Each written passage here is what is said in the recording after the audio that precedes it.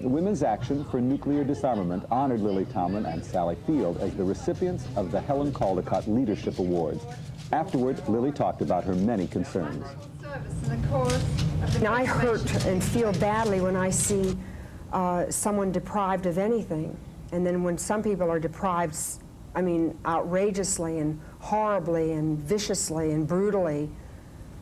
When I see people who are hungry, people who don't have, I see homeless people all the time in the streets.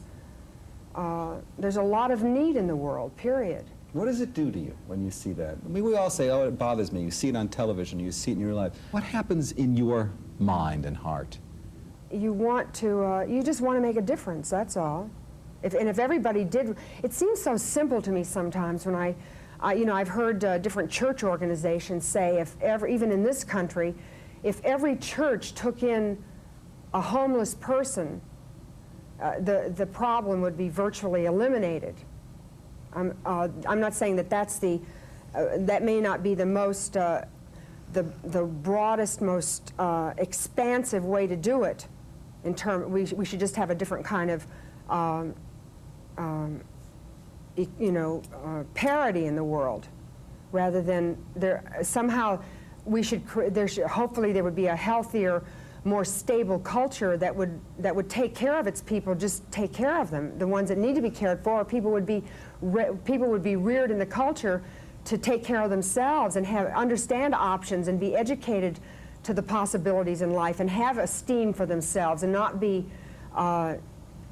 brutalized and negated in such a way that there's many, many people in the world who think they're not worth much anyway. You live in Hollywood among the rich, and people could say, but then you rush out and you do some work for charities or for some causes, then you rush back to Hollywood. Isn't there some kind of a conflict that you would feel, as well as the conflict of what Hollywood is doing with their Star Wars?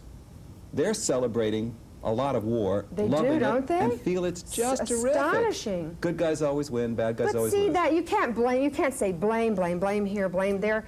It's all, we're just one big family, see? So we've got a few bad relatives. You're getting out of this one great, Tomlin. No, I'm not, really. I'm not going to get out of anything. You just can't get out of it, you know. So you look around and you try to create a better family. Sometimes I'm not so good, you know, then I'm going to need your support. I'm not going to get real homely about this, but it is homely, you know. Like I have friends who help me when I'm not at my best.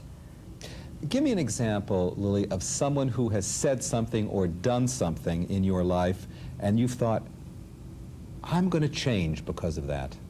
Sure, my own brother. I've watched my brother evolve over the years, and there might be a time when my brother and I would have difficulty communicating, and then suddenly my brother would do something, and maybe we'd fall into an old pattern of relating, or even though we're close and have always been fond of one another, we might go through periods where we become tense with one another, or angry, or feel slighted, and then suddenly, I remember one time my brother and I were having an argument about something, and my brother just absolutely moved off of it in such an expansive, loving way. It totally changed my point of view. I mean, he wasn't conflicting with me anymore.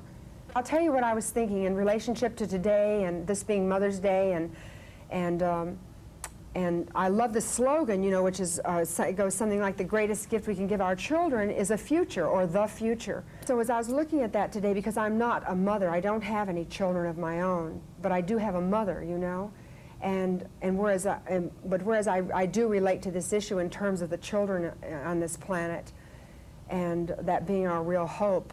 I suddenly, because it was Mother's Day and I'm not with my mother today, and I thought, I'd like to give my mother a future too. Isn't that nice? Lily Tomlin, nice lady. Two nice women that received the Helen Caldecott Award for their work to promote peace in our world. And thank you, Tom Cottle, very much for two good interviews. In a moment, we'll be talking with Dr. Tim Johnson. Findings. New England Journal of Medicine has reported that 1 ounce of fish a day can reduce your risk of heart attack, cut it in half, and also a new drug for hay fever. We'll be right back. Oh, I could use that one. Could you?